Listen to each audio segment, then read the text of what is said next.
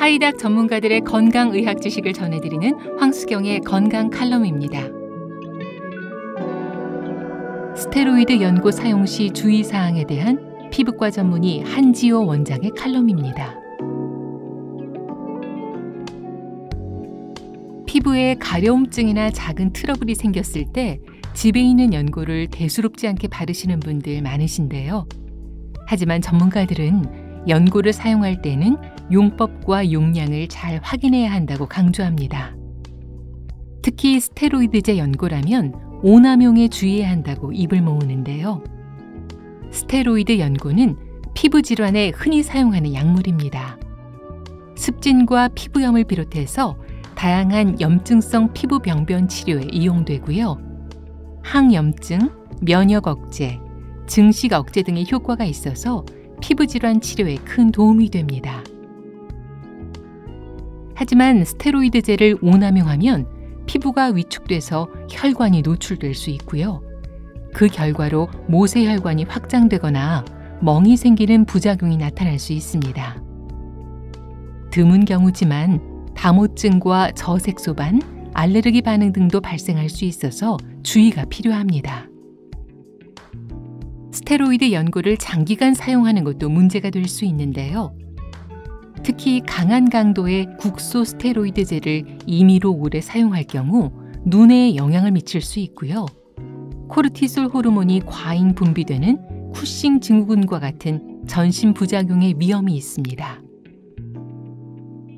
사실 스테로이드제는 다른 도포제에 비해서 연고나 크림, 로션처럼 제형이 다양하고요. 종류 또한 매우 많은 편이어서 정확히 구분하고 사용하기가 쉽지 않습니다. 스테로이드제를 사용하기 전에는 반드시 전문 의료인을 통해서 진단받으시고요. 피부 질환별 반응도와 도포하려는 신체 부위의 특징, 그에 따른 적절한 제형과 강도 등 전문의의 소견에 따라 사용하시길 권고합니다. 지금까지 칼럼의 한지호 원장, 내레이션의 황수경이었습니다.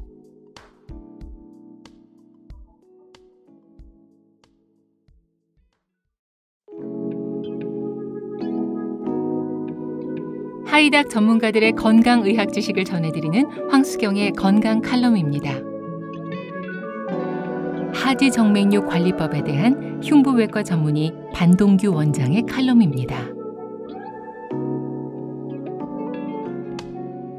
하지정맥류를 예방하고 관리하려면 어떻게 해야 할까요? 먼저 하지정맥류를 예방하려면 필요 이상으로 꽉 끼는 옷과 신발을 피하셔야 합니다. 특히 롱부츠와 레깅스가 대표적인데요. 롱부츠는 혈액순환에 악영향을 줄 수 있고요. 혈액순환 장애가 이어지다 보면 하지정맥류가 발병하고 악화될 수 있습니다. 따라서 보온과 패션을 위한 롱부츠라 하더라도 발목이나 종아리를 압박하지 않는 정도의 선에서 신으셔야 합니다. 레깅스나 스키니진도 마찬가지인데요. 꽉 끼는 옷 때문에 다리의 압력이 높아지면 정맥 고혈압 상태가 지속될 수 있고요. 이렇게 되면 혈관벽이 얇은 정맥은 탄성을 빠르게 잃게 되고 하지정맥류가 발병할 수 있는 조건이 만들어지게 됩니다.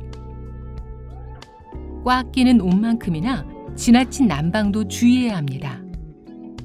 하지정맥류 환자들은 사우나와 찜질방, 족욕을 자제해야 한다라는 말을 한 번쯤 들어보셨을 텐데요. 정맥의 혈관벽이 얇고 약해서 열에 취약하기 때문입니다. 겨울에는 전열기구나 보일러 등 정맥을 위협하는 뜨거운 열에 노출되는 경우가 많은데요. 이럴 경우 혈전의 가능성이 높아지고 하지정맥류가 악화될 수 있습니다. 열성 홍반 같은 색소 침착 질환이 발생할 수도 있죠. 하지정맥류를 예방하려면 꽉 끼는 옷과 신발, 그리고 다리에 과도한 열이 가해지지 않도록 주의하는 한편 적절한 운동이 뒷받침돼야 합니다. 운동 중에서는 스트레칭과 코어 운동 같은 근력 강화 운동을 추천할 수 있고요. 러닝머신을 이용한다면 가볍게 걷는 정도의 운동을 10분 이내로 하는 것이 좋습니다. 이미 혈관이 울퉁불퉁 돌출된 경우라면 가벼운 스트레칭 정도가 좋습니다. 하지 정맥류나 정맥 순환 장애는 중력의 영향을 많이 받기 때문입니다. 지금까지 칼럼의 반동규 원장, 내레이션의 황수경이었습니다.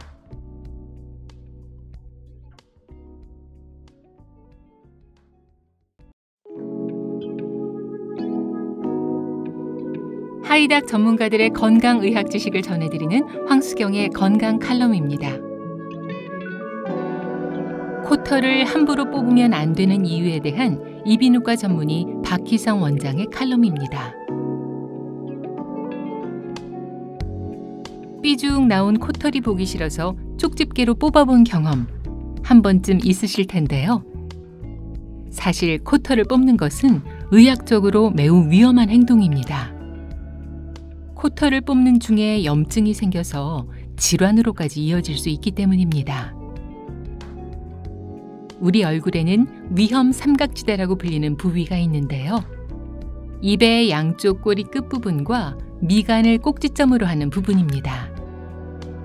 만약 코털을 뽑다가 이곳에 염증이 생기면 안면 정맥, 그리고 여러 뇌신경이 지나는 해면 정맥동에까지 염증이 퍼질 수 있고요. 뇌 쪽으로도 염증이 확산되거나 뇌수막염, 뇌농양 등의 심각한 합병증이 발생할 수도 있습니다. 직접 뽑지 않고 기계를 사용하면 괜찮을 거라고 생각하는 분들도 많은데요. 코털 기계를 활용하면 비교적 더 안전하다고는 볼 수 있습니다. 주의할 점은 너무 짧게 잘라서는 안 된다는 건데요. 코털이 지나치게 짧아지면 본래의 기능이 약해져서 감염병에 취약해질 수 있습니다. 코털 기계의 청결도도 잘 점검해야 하는데요. 깨끗하지 못한 상태로 코털을 정리하면 코 점막에 상처가 나거나 점막 감염으로 이어질 수 있기 때문입니다. 코털은 우리 건강을 지키는데 중요한 역할을 담당하고 있습니다. 우리는 보통 하루에 10,000리터 이상의 공기를 마시는데요. 여기에는 몸에 필요한 산소뿐만 아니라 각종 먼지와 세균, 곰팡이 등의 유해물질도 포함되어 있습니다. 코털은 이렇게 외부에서 유입되는 해로운 물질을 걸러주고요. 또 점막 온도와 습도를 조절해서 코의 면역 반응을 돕기도 합니다. 그렇다면 코털은 어떻게 관리하고 정리해야 할까요? 코털을 제거할 때는 코 속이 건조하지 않게 물로 적셔줘야 합니다. 코 속이 촉촉해지면 코털에 붙은 이물질을 먼저 제거해주고요. 이물질이 제거되면 청결하게 소독된 코털 가위를 이용해서 겉으로 보이는 정도의 코털을 정리해주면 됩니다. 잘린 코털은 가볍게 코를 풀어 배출해 주시고요. 가위는 끝이 뾰족하지 않은 것을 사용하셔야 한다는 것도 기억하시기 바랍니다. 지금까지 칼럼의 박희성 원장, 내레이션의 황수경이었습니다.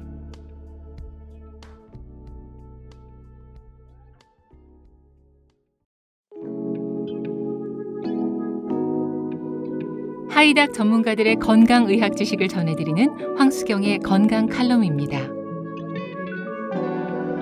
인유두종 바이러스, HPV의 위험성에 대한 비뇨의학과 전문의 박세준 원장의 칼럼입니다. HPV, 인유두종 바이러스는 성접촉을 통해서 전염되는 바이러스로 한 번의 성관계만으로도 상대에게 전염될 확률이 50%에 달한다고 알려져 있습니다. HPV는 생식기나 항문 주변에 성병 증세를 일으키고요. 심한 경우에는 악성 종양까지 유발할 수 있습니다. 특히 여성의 경우에는 질 분비물의 악취를 비롯해서 생식기 주변의 통증과 가려움증, 그리고 자궁경부암의 원인이 되기도 하기 때문에 각별히 주의해야 합니다. 실제로 자궁경부암은 매년 발병률이 증가하는 추세고요. 발병 초기에는 특별한 증상이 없어서 모른 채로 방치되다가 사망에까지 이르는 사례도 있습니다. 인유두종 바이러스에 대한 경계심을 높여야 하는 이유죠. 남성도 마찬가지입니다. HPV는 남성의 음경에도 암을 일으키는데요. 이 역시 초기에는 통증이나 특이 증세가 없는 편이고요.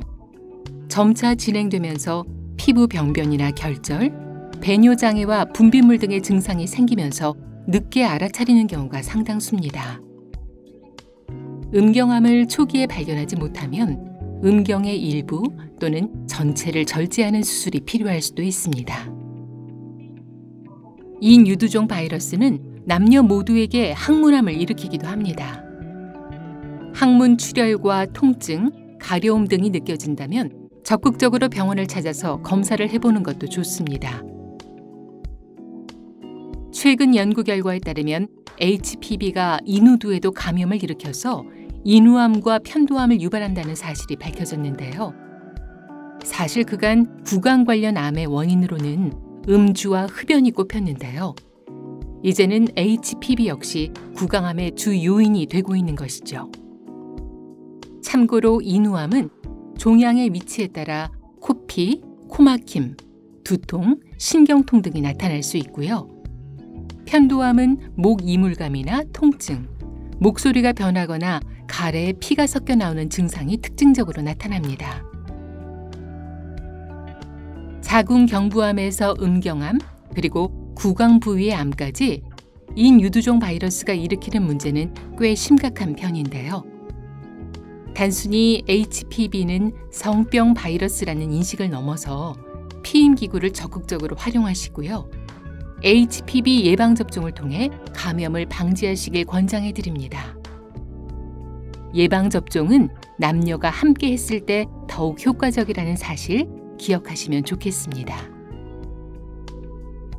지금까지 칼럼의 박세준 원장, 내레이션의 황수경이었습니다.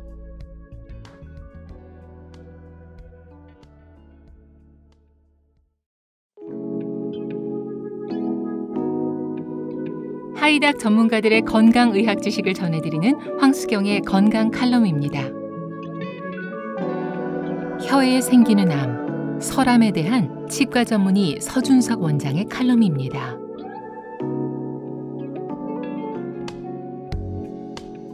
혀에도 암이 생긴다는 사실 낯설게 느껴질 분들이 많으실 텐데요. 희귀암에 속하는 설암은 다른 암에 비해서 발병 사례와 환자 수가 적은 편입니다. 설암의 주요 원인은 구강 위생 상태를 꼽을 수 있습니다. 음주와 흡연, 그리고 충치를 오랫동안 방치하는 습관 등은 구강 위생을 해치는데요. 구강 환경이 안 좋아지면 설암의 발생 위험도 높아지게 됩니다. 물론 구강 위생이 나쁘다고 무조건 설암이 발생하는 것은 아니고요. 다른 악성 종양처럼 설암도 유전적인 영향을 받는 것으로 알려져 있습니다. 이 밖에도 맞지 않는 틀니로 혀에 지속적인 자극이 가해지는 경우나 바이러스, 방사선 등도 설암의 발생 위험을 높이는 요인들로 거론되고 있습니다. 설암의 대표적인 증상은 입안에 3주 이상 통증을 동반하는 궤양이 생기는 것인데요. 문제는 이러한 증상이 없는 경우도 많다는 점입니다. 특이 증상이 없다면 단순 구내염으로 생각하고 방치하기가 쉬운데요. 설암은 구내염과 달리 주로 혀의 가장자리에 궤양이 생기고요. 시간이 지나면서 점점 궤양의 크기가 커지는 양상을 보입니다.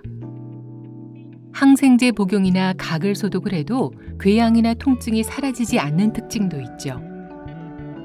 따라서 궤양이나 통증이 3주 이상 지속된다면 설암을 의심해 봐야 합니다. 설암 치료에서 무엇보다 중요한 것은 조기 발견과 치료입니다. 혀에는 혈전과 림프관이 많아서 다른 곳에 비해서 암이 빠르게 전이되는 경향을 보이는데요. 다행히도 설암은 수술과 방사선 치료를 빨리 시작하면 완치가 가능하고요. 전이된 사례라도 전이된 하악골의 일부나 목 부위 임파절까지 절제하면 추가 전이를 방지하면서 완치를 기대해 볼 수 있습니다. 설암을 예방하기 위해 음주와 흡연은 삼가시고요. 맵고 짠 음식, 탄 음식 등 자극적인 음식을 피하는 것이 좋습니다. 주기적인 치과 검진 역시 중요한 요소입니다. 건강한 구강 환경을 위해서 충치를 제때 치료하고요. 틀니 등의 구조물이 구강 내에 반복적인 자극을 가한다면 즉시 병원을 찾으시기 바랍니다. 설암은 특히 조기 진단이 중요합니다. 혓바닥 일부가 하얗게 변하는 백반증 증상이 나타나거나 염증, 궤양 등 이상 증세가 생겼다면 빠르게 전문 의료진을 찾아서 면밀히 검사하고 진단받으시길 권고합니다. 지금까지 칼럼의 서준석 원장, 내레이션의 황수경이었습니다.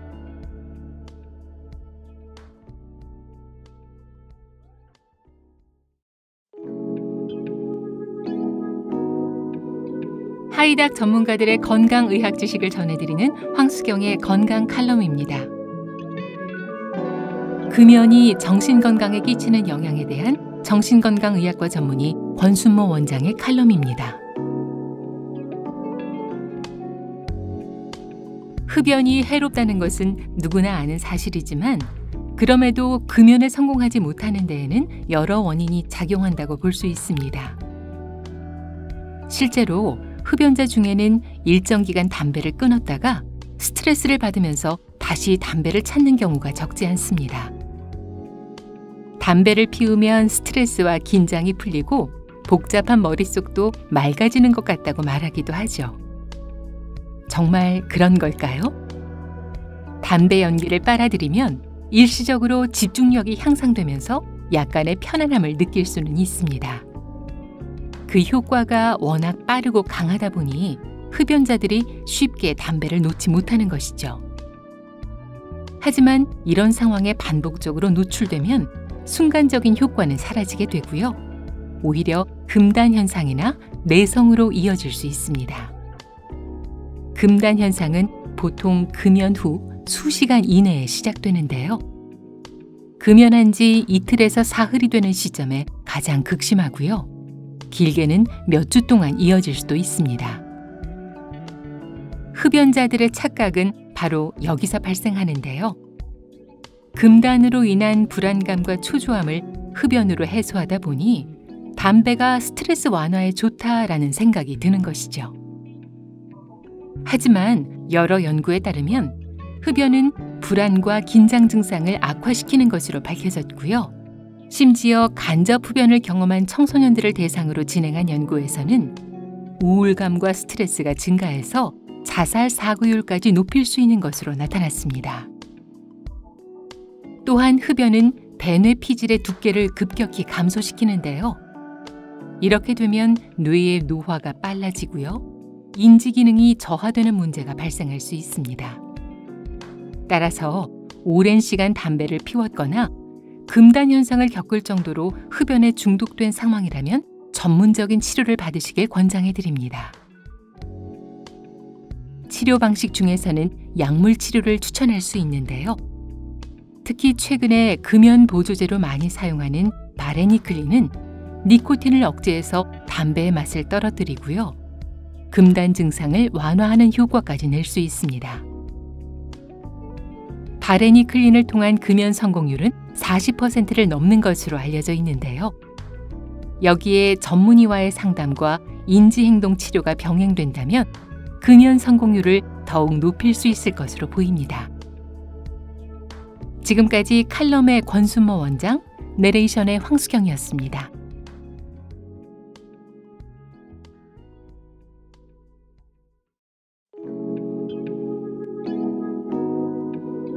하이닥 전문가들의 건강의학 지식을 전해드리는 황수경의 건강 칼럼입니다. 면역식품으로 꼽히는 해조류에 대한 황미향 영양사의 칼럼입니다. 2002년 사스, 2015년 메르스, 그리고 코로나 바이러스까지 감염증 시대가 이어지면서 자연스럽게 강조되는 것이 바로 면역력이죠.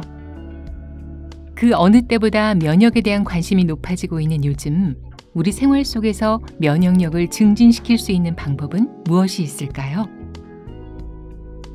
면역력을 올리려면 꾸준한 운동과 충분한 수면, 스트레스 관리, 그리고 균형 잡힌 식사가 중요합니다. 그 중에서도 빼놓을 수 없는 것이 바로 식단이죠. 면역 강화에 도움이 되는 식품들을 식단에 배치하면 식사를 하는 것만으로도 면역을 챙길 수가 있기 때문입니다. 면역 기능에 도움을 주는 대표적인 식품으로는 해조류를 꼽을 수가 있는데요. 해조류에는 비타민과 미네랄, 단백질은 물론이고 항산화 성분인 폴리페놀, 그리고 면역력을 높이는 해조 다당체가 풍부하게 함유되어 있습니다. 특히 해조류의 미끌거리는 점액 성분인 알긴산은 기관지의 건조함을 막아주고요. 끈적끈적한 특성은 체내 노폐물을 흡착해서 배출하는 과정을 용이하게 만들어줍니다. 해조류는 크게 갈조류, 홍조류, 녹조류로 구분할 수 있는데요. 미역과 다시마, 톳, 모자반, 감태 등으로 대표되는 갈조류에는 항염과 항암 작용에 효능이 있다고 알려진 후코이단과 식이섬유소인 알긴산이 풍부해서 면역 증강에 도움을 줄 수 있습니다. 뿐만 아니라 갈조류는 알레르기나 아토피, 그리고 관절염 등의 자가 면역 질환에도 효과가 있는 것으로 알려져 있죠. 한편 홍조류는 우리나라 해조류의 절반 이상을 차지하고 있는데요. 김과 우뭇가사리 등이 대표적인 식품이라 할 수 있습니다. 특히 홍조류에 함유된 카라기난이라는 성분에는 살균력이 강한 요오드가 풍부한데요. 덕분에 초기 감기나 A형 인플루엔자 등 다양한 바이러스를 막는 데 탁월한 효과를 보입니다. 파래와 청각 등의 녹조류는 비타민과 칼슘 등의 무기질이 풍부해서 혈관을 깨끗하게 만들고요. 불용성 식이섬유도 다량 함유되어 있어서 변비와 비만을 예방하는 데도 좋습니다. 이처럼 해조류는 영양학적으로 다양한 이점을 갖고 있는데요. 그 덕분에 실제 환자들의 치료 식단에서도 자주 활용되고 있습니다. 면역력이 그 어느 때보다 중요해진 요즘, 해조류를 식단에 적극 활용해서 면역력을 높여보시는 건 어떨까요? 지금까지 칼럼의 황미향 영양사, 내레이션의 황수경이었습니다.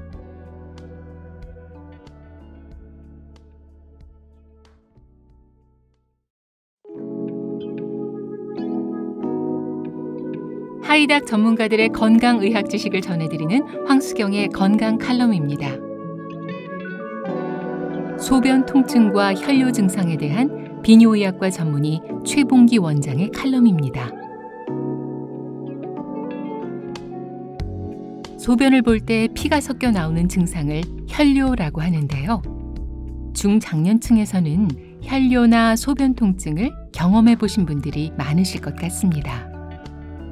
실제로 소변을 볼 때 문제가 있다고 내원하는 환자들을 검사해 보면 요도염과 요로감염, 요로결석, 그리고 만성 전립선염이 발견되는 경우가 많은데요. 그 중에서도 대표적인 사례가 요도염입니다. 요도염은 요도에 발생한 염증성 질환으로 주로 성관계를 통해서 감염되는데요. 분비물과 간지러움, 그리고 배뇨 시 통증을 동반하는 것이 특징입니다. 요도염을 치료하지 않고 방치하면 합병증으로 이어질 수 있는데요. 부고환염을 비롯해서 방광염, 전립선염이 발생할 가능성이 있고요. 만성화되기도 합니다. 요도염뿐만 아니라 요로감염도 주의해야 하는데요. 요로감염은 장내 세균을 통해 시작되고요. 대표적인 질환으로는 방광염과 신우신염이 있습니다. 방광염 증상으로는 배뇨 시 통증과 빈뇨, 절방뇨를 꼽을 수가 있고요. 간혹 피가 섞여 나오는 혈뇨가 나타나기도 합니다. 신우신염은 방광염과 유사한 증상이 나타나고요. 열이 나고 옆구리 통증이 발생할 수도 있습니다. 또 한 가지 주의해야 할 질환은 요로결석입니다. 요로결석은 말 그대로 요로계에 딱딱한 돌 같은 결석이 생기는 질환인데요. 통증이 워낙 심해서 진통제로도 해결되지 않는 사례가 많고요. 하복부나 생식기 쪽으로 통증이 번지는 경우도 있습니다. 또 잔뇨나 빈뇨, 세뇨, 단절뇨 등의 여러 가지 배뇨 장애가 발생할 수 있고요. 결석에 의해서 상처가 나게 되면 소변을 볼 때 피가 섞여 배출되기도 합니다. 소변 통증과 혈뇨를 결코 간과해서는 안 되는 이유죠. 소변 통증과 혈뇨는 전립선염의 전조 증상일 수도 있는데요. 전립선염은 성인 남성의 절반 정도가 한 번은 경험한다고 할 만큼 흔한 질환입니다. 전립선염이 발생하면 배뇨 통증과 배뇨 장애, 그리고 회음부나 항문, 고환 등의 통증이 동반됩니다. 염증 때문에 소변을 보거나 사정을 할 때 혈액이 섞여 나올 수 있고요. 전립선 주변의 긴장과 충혈 때문에 신경혈관이 과민해지면 성욕과 발기력이 감소하는 등의 성기능 장애까지 이어질 수 있습니다. 의료기관에서는 혈액 검사, 소변 검사, 초음파 검사, 직장 수지 검사, 요속 검사, 그리고 잔류량 측정 등의 검사를 통해서 질환을 진단하고 치료할 수 있다는 점을 참고해야겠습니다. 지금까지 칼럼의 최봉기 원장, 내레이션의 황수경이었습니다.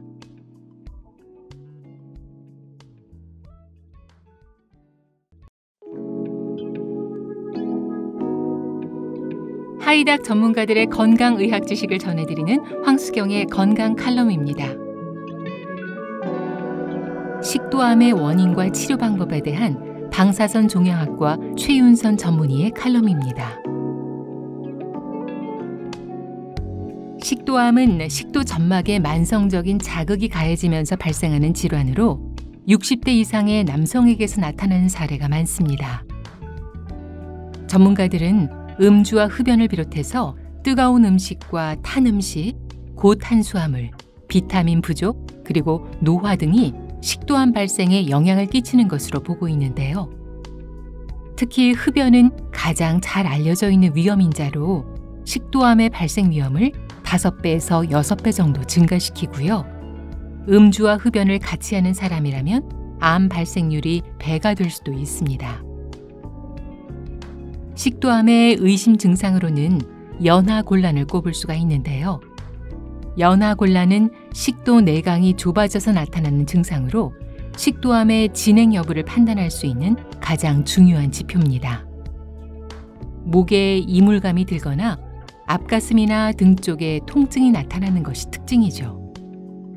그 밖에도 기침, 구토, 객혈, 쉰 목소리와 체중 감소 등의 증상이 나타날 때 식도암을 의심해 볼 수 있습니다. 식도암을 발견했다면 어떻게 치료해야 할까요? 치료는 발견 시기에 따라 달라지는데요. 절제가 가능하다면 내시경을 통한 절제술을 시도하고요. 병의 진행 단계가 낮다면 식도 절제 수술을 표준 치료로 시행합니다. 발생 위치에 따라 수술이 어렵거나 불가능하다면 항암 또는 방사선 치료가 권장되죠. 다만 식도 절제술의 경우 사망 또 합병증의 위험이 있는 편이기 때문에 우선 내시경 절제술을 시행하고 이후 병변의 조직검사 소견에 따라서 추가적으로 식도 절제술 또는 항암 방사선 치료를 시행하는 것도 방법입니다. 절제가 불가능한 식도암이라면 수술보다는 항암 방사선 치료를 시행하거나 증상을 완화시키는 대증 치료를 위주로 진행하게 됩니다. 치료만큼이나 예방하는 것도 중요한데요. 우선 음주와 흡연을 멀리해야 합니다. 너무 뜨거운 음식을 피하시고요. 염장식품이나 가공육을 삼가면서 신선한 채소와 과일 등 섬유소가 풍부한 건강한 음식을 섭취하시기 바랍니다. 비타민 A, C, E, 리보플라빈, 아연, 셀레늄, 엽산 등은 식도암의 발생 위험 감소와 연관이 있다고 보고된 바가 있기 때문에 평소에 충분히 섭취해 주시는 것이 좋습니다. 식도암은 식도 내시경과 초음파 내시경을 통해 발견하는 것이 최선입니다. 흡연이나 음주가 잦고 55세 이상의 성인이라면 1년에 한 번 정도 내시경을 해보시길 권장해 드립니다. 지금까지 칼럼의 최윤선 전문의, 내레이션의 황수경이었습니다.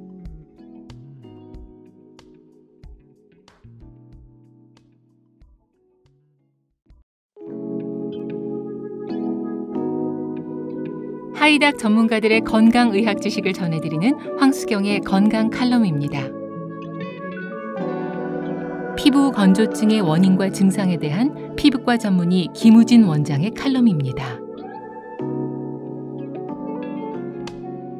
피부는 날씨 변화에 민감하게 반응합니다. 특히 건조한 날이 이어지면 우리 피부도 함께 푸석해지면서 거칠어지는데요. 피부가 건조해지면 각질이 일어나면서 각질층의 수분이 소실될 수 있고요. 이 과정에서 흔히 말하는 유수분 밸런스가 깨질 수 있습니다. 이렇게 되면 노폐물 배출이 원활하지 않게 되죠. 문제는 또 있습니다. 바로 피부 장벽의 약화인데요. 외부 감염 요인을 막아내는 장벽이 약해지면 세균과 바이러스가 몸으로 침투하기 쉬워지고요. 미세한 자극에도 피부가 손상될 수 있기 때문에 주의해야 합니다. 그뿐만이 아닙니다.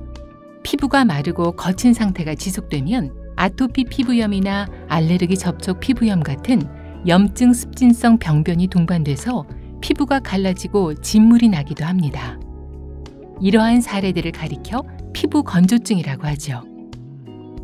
피부 건조증은 팔과 다리를 중심으로 허벅지와 종아리, 그리고 복부 등 피지 분비가 비교적 적은 부위에서 자주 나타나는데요. 피부 노화로 인해서 수분이 부족하고 피부 장벽이 약해진 중년층에서 발생하는 사례가 많습니다. 또 평소에 목욕을 지나치게 자주 하거나 세제를 장시간 사용하는 경우, 그리고 습도가 낮은 환경에 오래 있거나 자외선 노출이 많을 때에도 건조증을 유발할 수 있습니다. 피부 건조증의 두드러지는 특징은 가려움증입니다. 가려운 증세가 심해지다 보면 자연스럽게 긁게 되는데요. 긁으면서 발생한 상처는 2차 감염의 통로가 될 수 있고요. 세포 손상, 그리고 신경 자극까지 이어질 가능성도 높습니다. 이렇게 건조증이 심해지다 보면 피부 당김과 따가움, 발진, 홍반 등도 나타날 수 있죠. 문제는 많은 환자들이 이 질환을 가볍게 여기고 방치한다는 점입니다. 건조증을 방치하면 피부 노화와 탄력 저하가 나타나면서 주름이 심해지고요. 피부 타입이 민감성으로 변해서 앞서 말한 증상들이 만성화될 가능성이 높습니다. 특히 건성 피부이거나 아토피나 건선을 앓고 있는 경우에는 극심한 피부 가려움증이 전신으로 퍼지기 쉽기 때문에 조심해야 합니다. 또한 콜레스테롤 약이나 고지혈증 약을 장기간 복용 중인 환자들은 건조증이 더 많이 나타날 수 있다는 사실도 알아두면 좋겠습니다. 피부 건조증의 주된 원인은 건조한 환경입니다. 증상만 해결하려는 목적으로 약을 남용하면 오히려 부작용이 나타날 수 있죠. 평소 생활 환경에서 적절한 습도를 유지하면서 피부에 수분 공급을 충분히 해주시고요. 피부 특성에 맞는 적합한 처방을 받으시기 바랍니다. 지금까지 칼럼의 김우진 원장, 내레이션의 황수경이었습니다.